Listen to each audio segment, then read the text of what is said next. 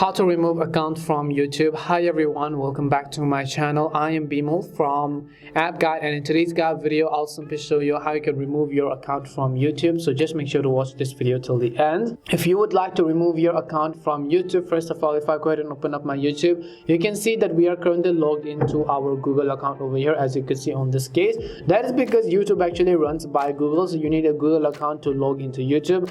Currently you can see I have two Google accounts added on my phone, and that is why I can switch between either of these in order to switch them in my YouTube app as well. Now the only way you can remove an account from YouTube is to simply remove this account from your device itself. So what you need to do is, in order to remove these accounts from your device, you have to go ahead and open up settings, and once you open up settings over here, you want to go to the option called account and management. So just go to the option called accounts and backup, or maybe manage account, or anything as such.